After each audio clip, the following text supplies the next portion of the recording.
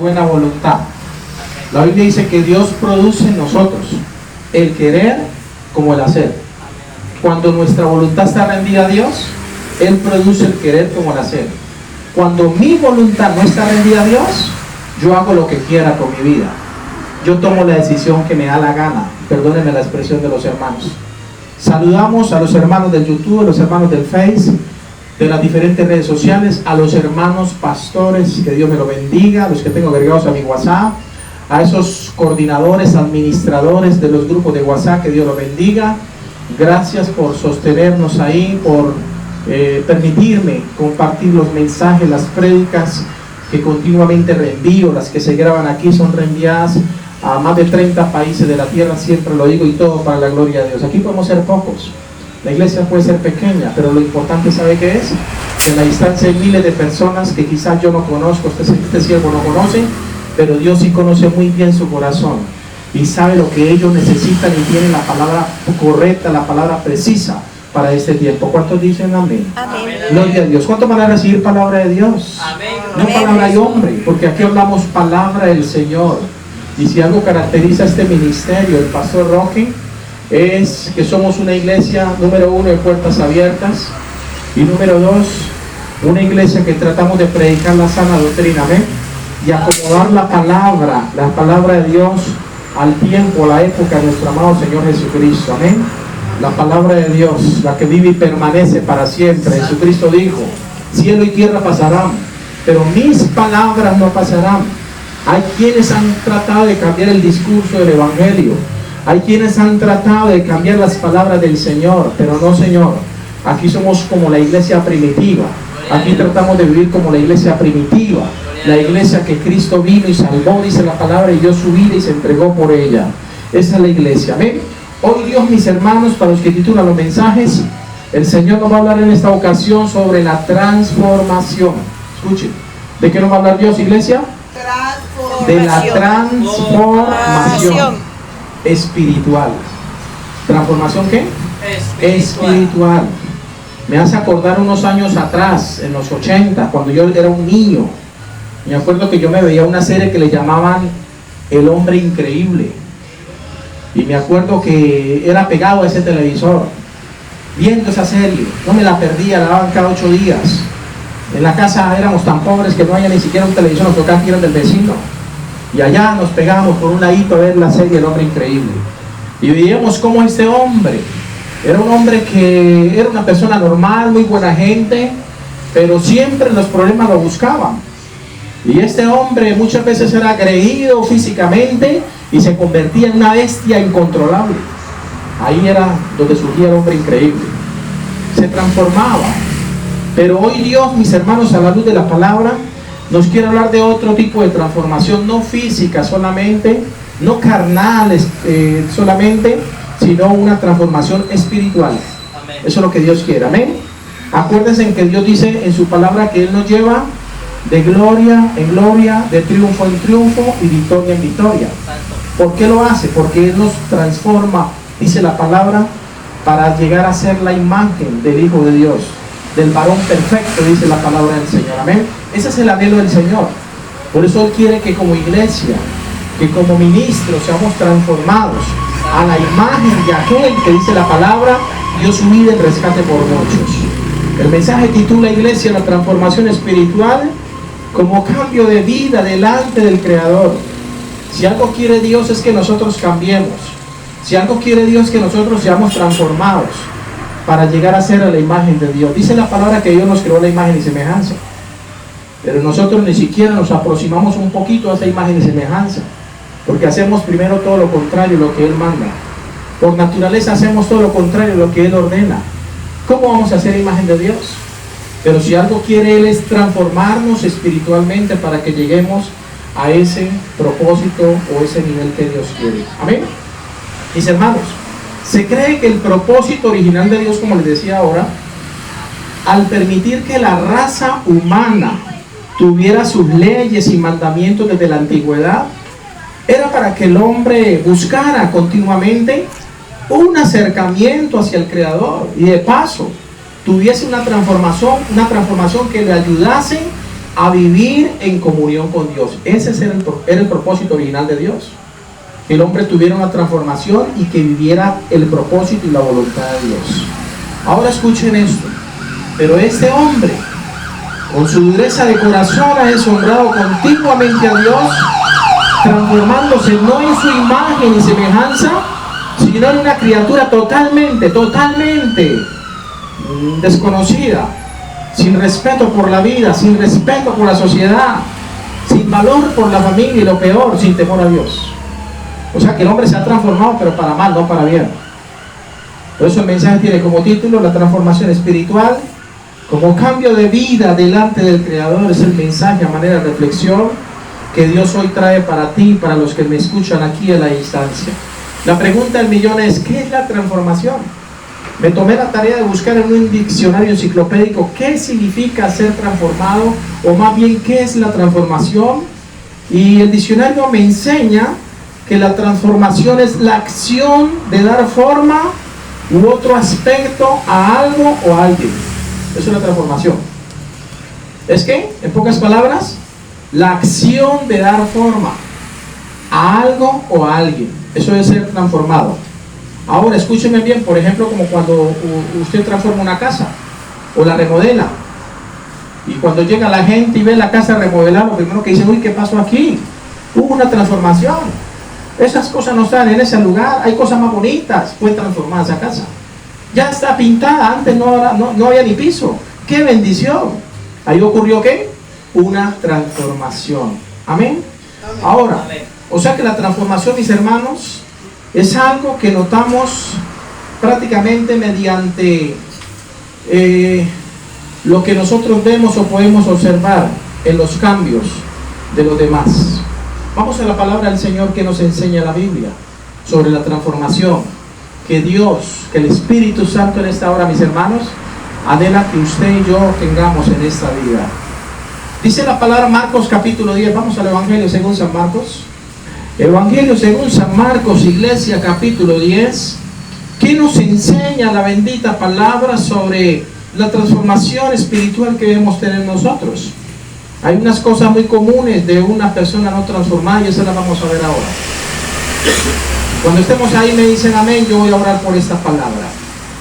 Marcos capítulo 10, mientras lo ubican ahí en sus Biblias, versículo 35. Vamos a leer desde el versículo 35 al 45, pero no sin antes darle gloria y honra a Dios. Señor, como siempre, Dios, cuando me paro en un púlpito, Dios, es para exaltar tu nombre. Es para pedir que el Espíritu Santo sea dándome la unción, la revelación y sobre todo la sabiduría que viene de lo alto, Señor, que es primeramente pura, pacífica, benigna, llena de bondad, llena de misericordia, para que todos aquellos que la reciban puedan tomar tu palabra y atesorarla en sus corazones. Oro, Señor, por las personas que necesitan una transformación física, espiritual en sus vidas, Señor. Oro por ellos para que seas tú renovando su mente, su manera de pensar, para que seas tú cambiando el estilo de vida y la vana manera de vivir, Señor, que muchos tienen, los cuales tú les estás llamando a ser transformados. Esa es mi oración en el nombre de Jesús. ¿Cuántos dicen amén? Amén. Marcos capítulo 10, verso 35. ¿Estamos ahí, iglesia? Amén. Dice la palabra del Señor: entonces Jacobo y Juan, hijos de Zebedeo, se le acercaron diciendo: Maestro, querríamos que nos haga lo que pidiéramos. Él les dijo: ¿qué queréis que os haga? Versículo 37. Ellos le dijeron: concédenos que en tu gloria nos sentemos el uno a la derecha y el otro a tu izquierda. Entonces Jesús, que les dijo: no sabéis lo que pedís. ¿Podéis beber del vaso que yo bebo o ser bautizados con el bautismo con que yo soy bautizado? Ellos dijeron: podemos. Jesús les dijo: a la verdad, del vaso que yo bebo beberéis, y con el bautismo con que yo soy bautizado seréis bautizados.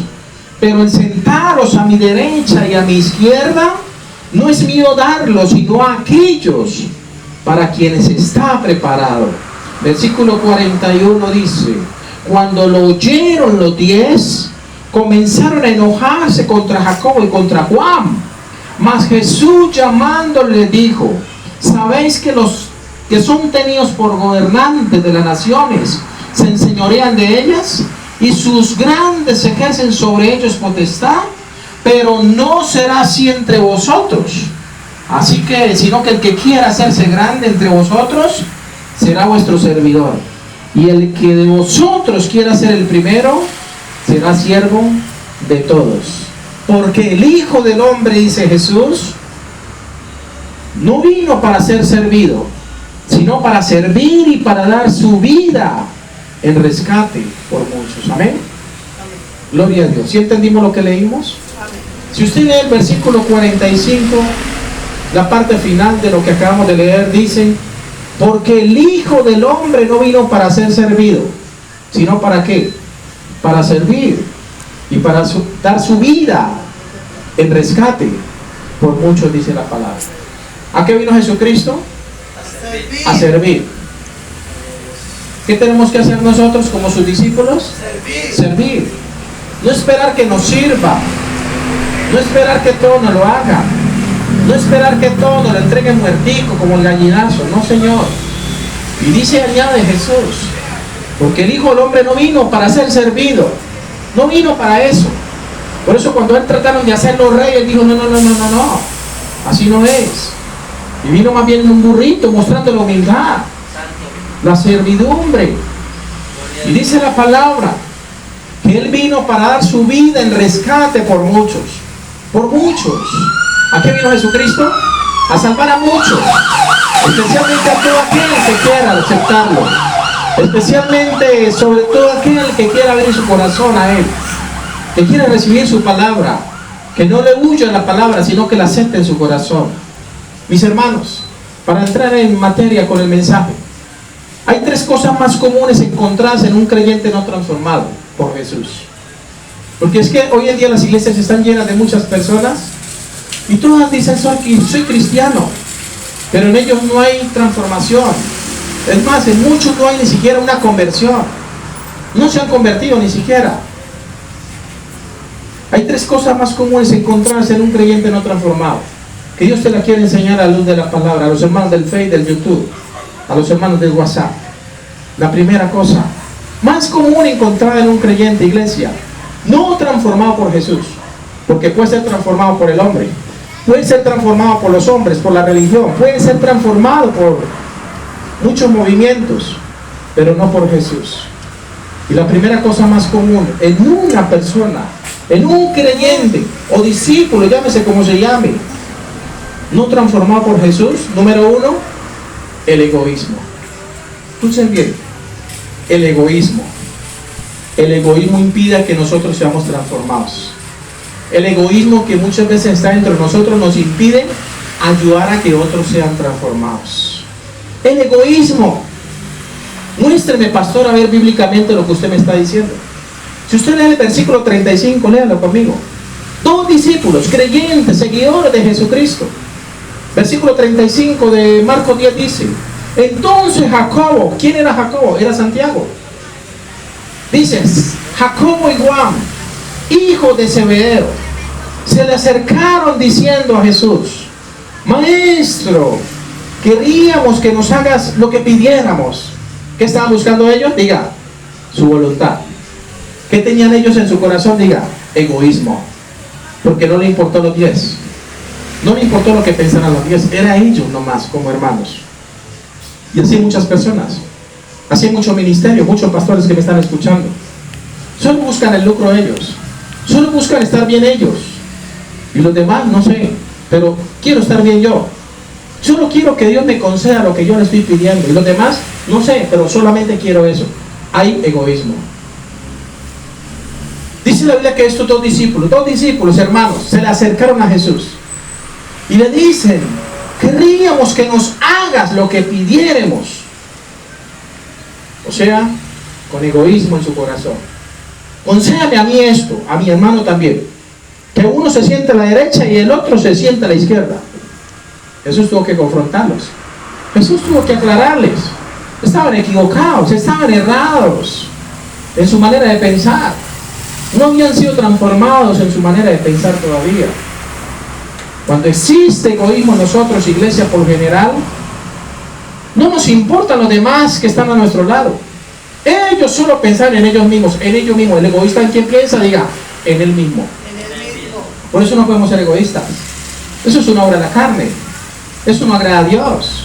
Eso es lo que estanca mucho el ministerio. Somos egoístas. Solo yo, solo nosotros. Solo el círculo aquí nomás, los demás no. Y no es de Dios, iglesia. Dios quiere traer corrección. El diccionario cataloga al egoísta como la persona que piensa en sí misma y en las cosas que le interesan a él, no en las de su prójimo. Cuando el Señor dijo, amen a su prójimo como a ustedes mismos. El egoísta no se ama sino a sí mismo. No puede amar al prójimo. No puede amar al prójimo y por ende no puede cumplir la palabra del Señor. Debemos, iglesia, tener en cuenta que nuestro egoísmo puede generarnos contiendas con los que tenemos más cerca y por eso debemos evitar el egoísmo. Vea conmigo el versículo 41 que pasó. El verso 41 de Marcos 10 dice: cuando lo oyeron, los 10 comenzaron a enojarse contra Jacobo y contra Juan. Vieron egoísmo en el corazón de ellos. No es digno, no son dignos de estar en este grupo, son egoístas, piensen en ellos. ¿Y qué tuvo que hacer el Señor? Intervenir. ¿Qué es lo que hace el Señor muchas veces cuando ve que en nuestro corazón, en nuestros ministerios, en nuestras iglesias existe egoísmo y divisiones? Él tiene que intervenir. Él tiene que intervenir. Él intervino. Muchas veces, mis hermanos, sin darnos cuenta, nuestro egoísmo puede perjudicar a los demás, consciente o inconscientemente hablando. Ese egoísmo puede perjudicarnos. Todos lo hemos experimentado. Yo en mi medio tiempo he experimentado egoísmo y he sido duramente corregido por Dios o reprendido por Dios también, porque el egoísmo no nos permite hacer la voluntad de Dios. El egoísmo nos facilita hacer nuestra propia voluntad. Hoy me lo repito, el egoísmo nunca nos permitirá hacer la voluntad de Dios. La voluntad de Jesús, ¿cuál era? Con el grupo, tenerlos unidos, no separados. Pero por esa decisión egoísta de estos dos discípulos, los demás, los 10 se enojaron, eran 10 contra 2. Ellos dos creían que estaban ganando al querer de Jesús algo que los otros no tenían por qué tenerlo, pero estaban perdiendo. El egoísta siempre va a perder, nunca va a ganar. Métase eso en la cabeza, iglesia. Esa es la completa realidad. Segunda cosa más común en un creyente no transformado. Número 1, el egoísmo. ¿Claro hasta ahí? Número 2, la ignorancia. Escuchen, la ignorancia, o sea, el desconocimiento total de las cosas celestiales. Ellos eran cristianos, ellos andaban con Jesús para arriba y para abajo, pero desconocían las cosas celestiales.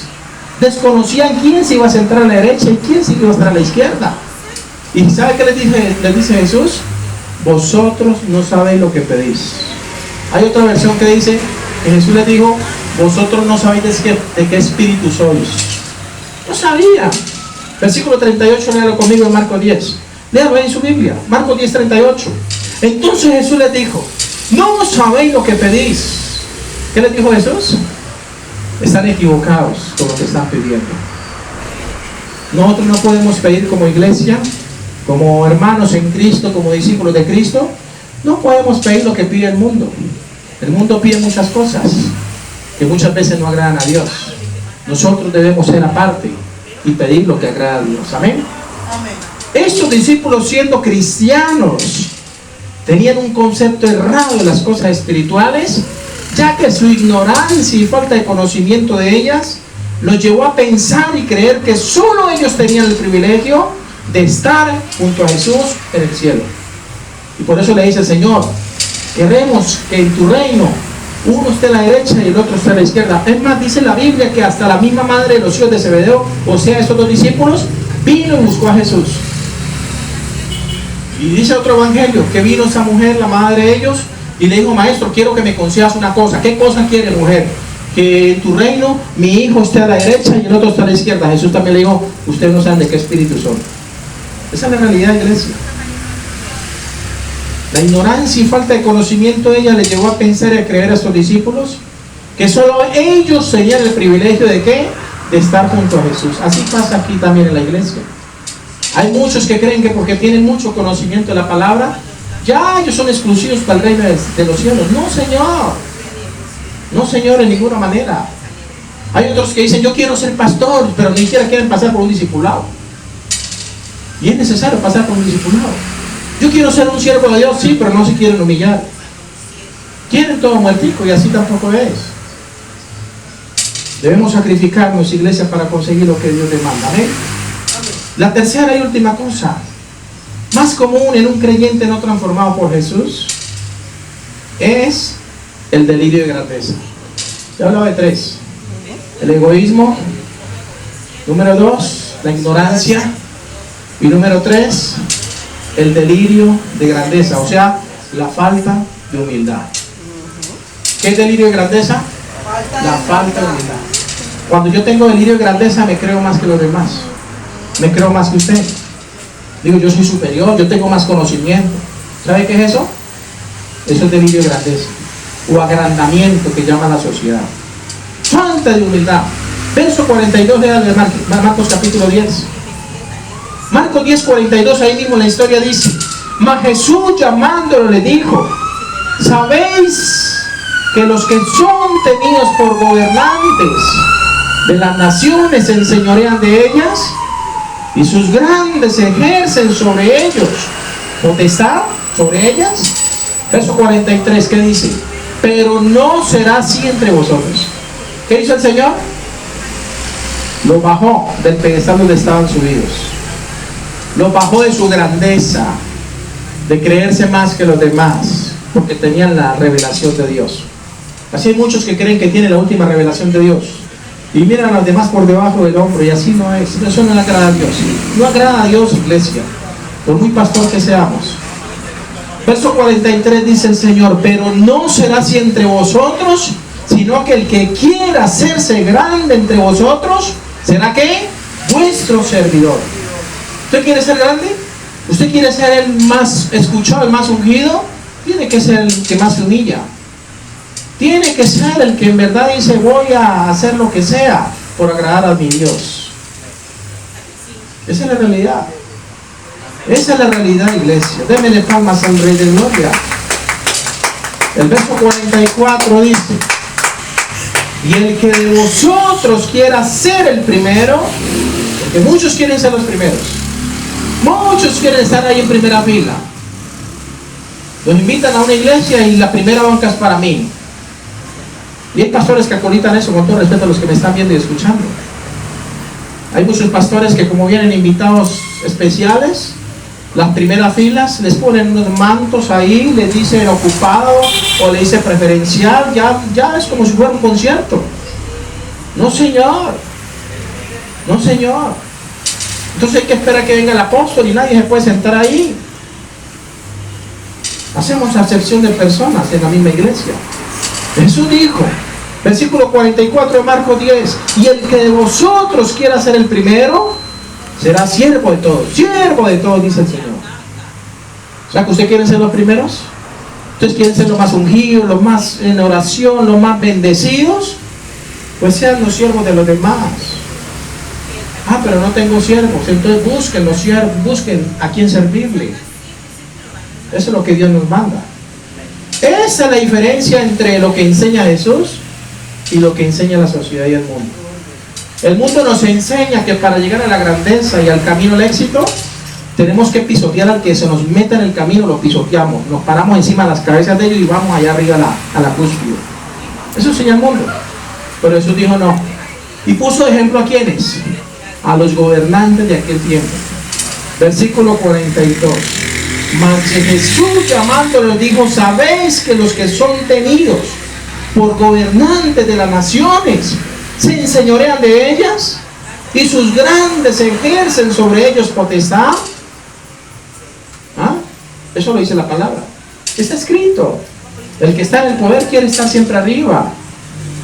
El que de pronto una vez se creyó humilde en una candidatura política y estuvo del lado de los pobres, ya ahora está arriba, ya no, es inalcanzable esa persona.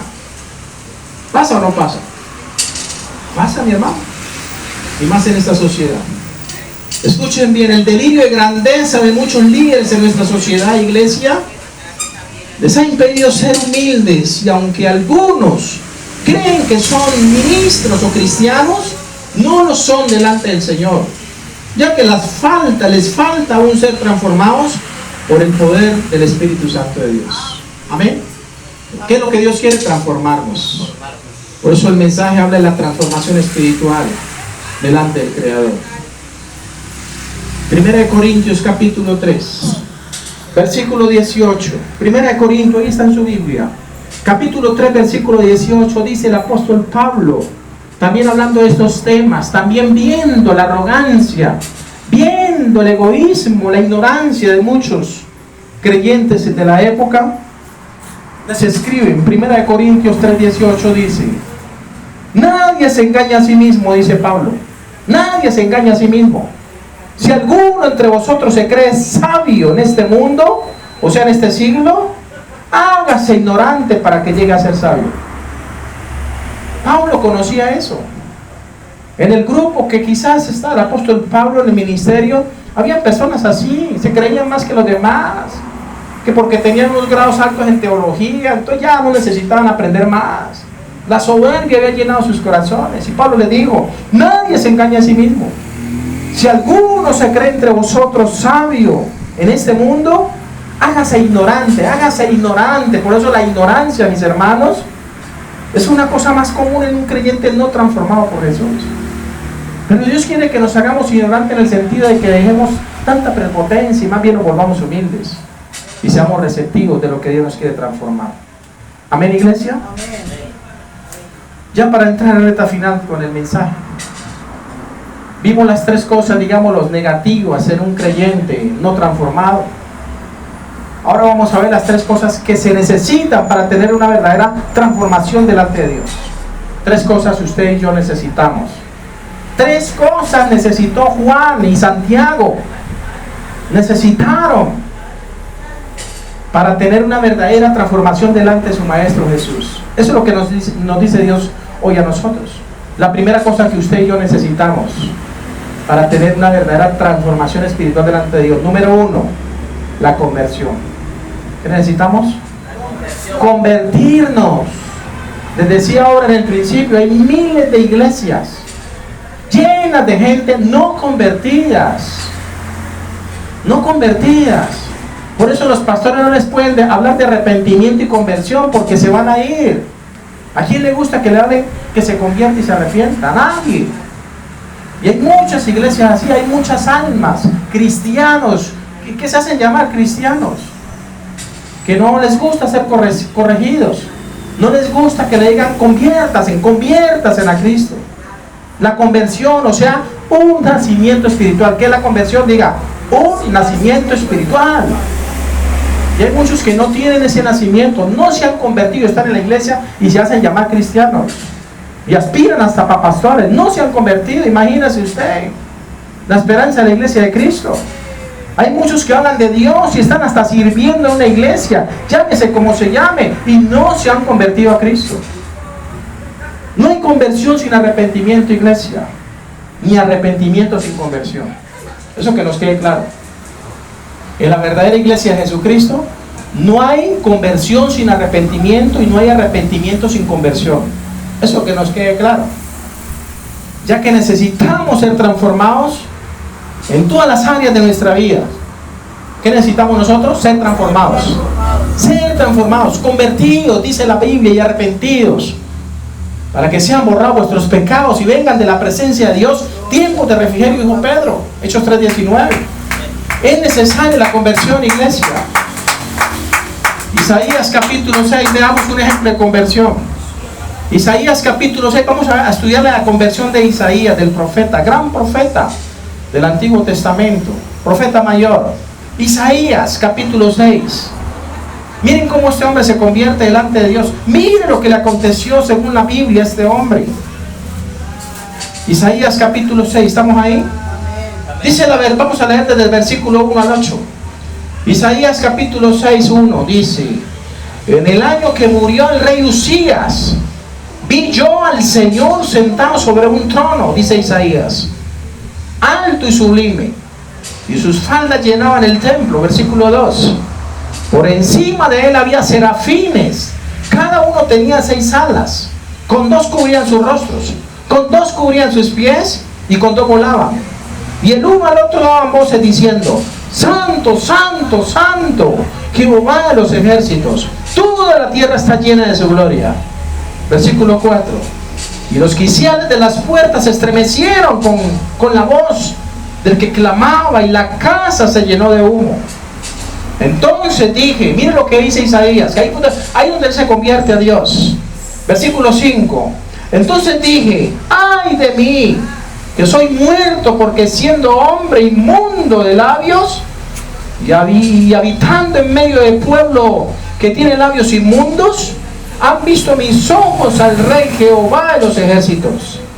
Y dice el versículo 6: y voló hacia mí uno de los serafines, teniendo en su mano un carbón encendido, tomado del altar con unas tenazas, y tocando con él sobre mi boca, dijo: he aquí que esto tocó tus labios, y es quitada tu culpa, limpio tu pecado.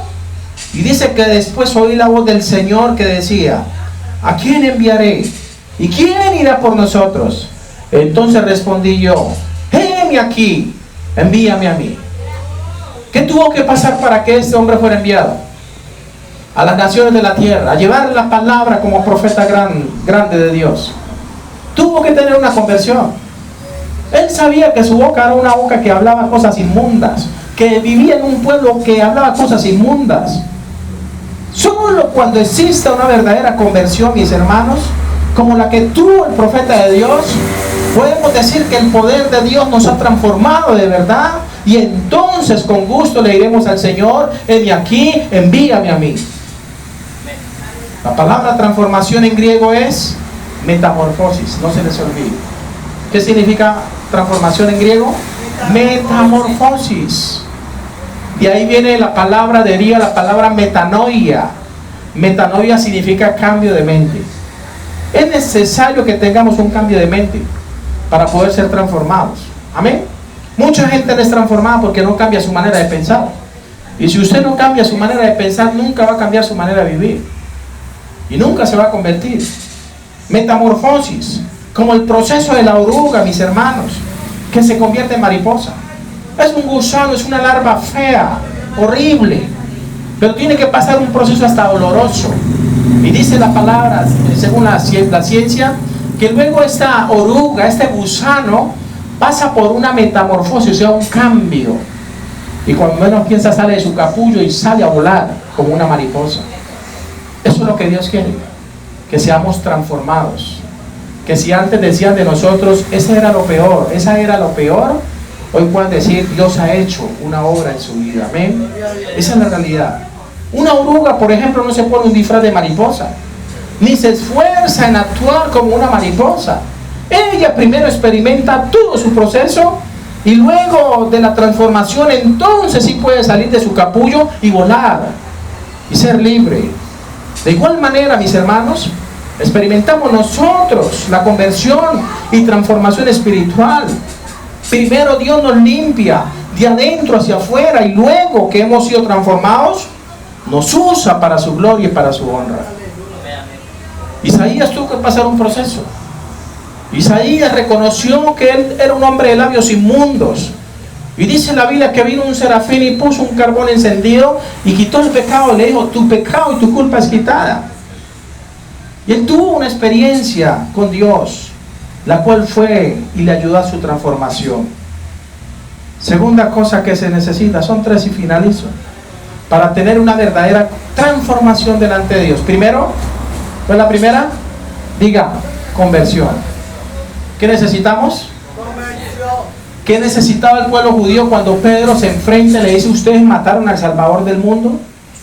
Ustedes crucificaron al Salvador del mundo. ¿Qué fue lo que Pedro le dijo al pueblo judío? Ustedes necesitan ser convertidos. Porque le dicen: ¿y qué haremos? ¿Nosotros qué vamos a hacer? Matamos al Salvador del mundo. ¿Y qué haremos? Y Pedro le dijo: arrepiéntanse, bautícese cada uno, para que sean borrados vuestros pecados, para que vengan de la presencia de Dios tiempos de refrigerio. Amén. Y venga Jesucristo sobre vosotros, le dijo el Señor, el apóstol Pedro. El versículo 35, vamos a ver la segunda cosa que se necesita. para tener una verdadera transformación delante de Dios? Primero, conversión, no se lo olvide. Conversión. Segundo, alimentación espiritual. ¿Qué necesitamos? Ser alimentados en el Espíritu. ¿Se convirtió? Listo, ahora venga, haga discipulado, prepárese, métase con Dios. Eso no es así de la noche a la mañana. No es que yo quiero ser pastor, no es que yo quiero ya tener mi grupo, no es que yo quiero ya evangelizar. No, Señor. Si no fuera así, Jesús no le hubiera hecho a los discípulos: vayan por todo el mundo y predican el Evangelio, hagan discípulos a todas las naciones. Él dijo: vayan y hagan discípulos, enseñándoles que guarden todas las cosas que yo les he mandado. O sea, hacer discípulos es enseñarle lo que Cristo nos ha enseñado a nosotros. Eso no es de la noche a la mañana, que se le metió en la cabeza a la persona: yo quiero ser un pastor, un gran pastor. Amén. Está bien que sueñe, que tenga visión, pero prepárese, métase con Dios, asista a las reuniones, asista a los discipulados, hágase un discipulado y verá cómo Dios lo va a levantar y lo va a llevar hasta su gloria. Alimentación espiritual. ¿Cuál es la segunda cosa que necesitamos? Alimentación espiritual. Jesús dijo en Mateo 4:4: no solo de pan vivirá el hombre, sino de toda palabra que sale de la boca de Dios. Juan capítulo 6, vamos a Juan capítulo 6. Juan capítulo 6, Dios hoy te quiere confrontar con esta palabra, iglesia. Para el que tenga oídos que oiga, como dice el Espíritu Santo. Juan capítulo 6, versículo 27. ¿Qué nos dice el pasaje? Entrando en recta final con el mensaje. ¿Lo encontramos, iglesia? Juan 6, 27. Jesús tuvo que decirle al pueblo estas palabras, iglesia: trabajad, no por la comida que perece, sino por la comida que a vida eterna permanece, la cual el Hijo del Hombre os dará, porque a este señaló Dios el Padre. Amén.